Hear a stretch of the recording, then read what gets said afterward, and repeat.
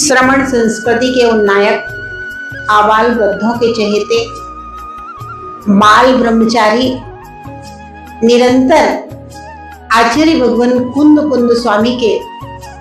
अध्यात्म साहित्य में डुबकी लगाने वाले, अध्यात्म साहित्य का चिंतन मनन करने वाले और अध्यात्म साहित्य को अपने वचनों से मंगल देशना देने वाले, जिनके अध्यात्म साहित्य के सैकड़ों ग्रंथ प्रकाशित हो चुके हैं और जो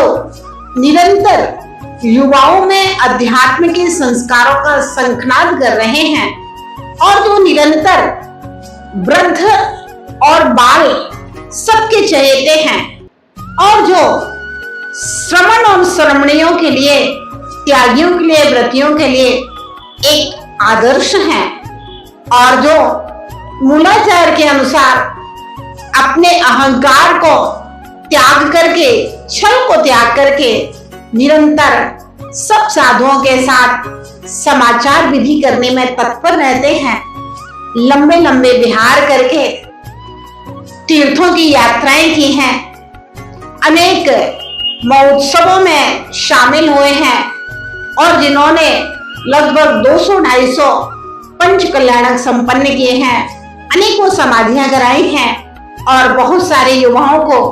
मुनि दीक्षा देकर के उनका उद्धार किया है और जिनके अनेक संघ संपूर्ण भारतवर्ष में भ्रमण कर रहे हैं। ऐसे परम पूज्य आचार्य विशुद्ध सागर जी महाराज को अपना योग्य शिष्य मान करके पूज्य गणाचार्य गुरुदेव विराग सागर जी महाराज ने अपना पद देने की घोषणा की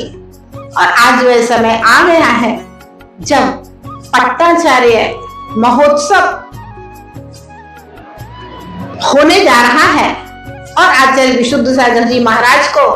लगभग 400 से 500 साधु मिल करके अनेक हजारों त्यागी और लाखों जन समुदाय के सामने पट्टाचार्य पद पर सुशोभित किया जाएगा। आचार्य विशुद्ध सागर जी महाराज आज इस युग के युग पुरुष हैं और वास्तव में उनके जैसा कोई दूसरा व्यक्तित्व सरल, सहज, आध्यात्मिक, व्यावहारिक, सर्व गुणों से संपन्न, बहुमुखी प्रतिभा से संपन्न मिलना बहुत कठिन है और आचार्य विशुद्ध सागर जी महाराज आज के इस युग को समाज के लिए एक महान मनीषी, महाआचार्य के रूप में प्राप्त हुए हैं।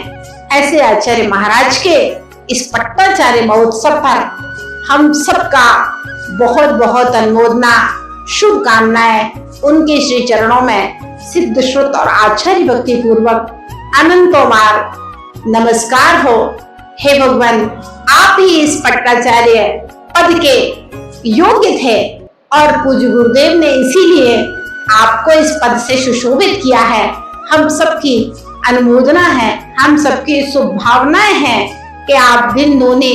रात चौगनी उन्नति करें और इस पद के ऊपर सुशोभित होकर जीन शासन का जैन ध्वज निरंतर चारों दिशाओं में, दोषों दिशाओं में फहराएं और हम सब आपकी आज्ञा और अनुशासन, आपके मार्गदर्शन में रहकर जीन शासन की उन्नति करें और अपनी धर्म साधना करें।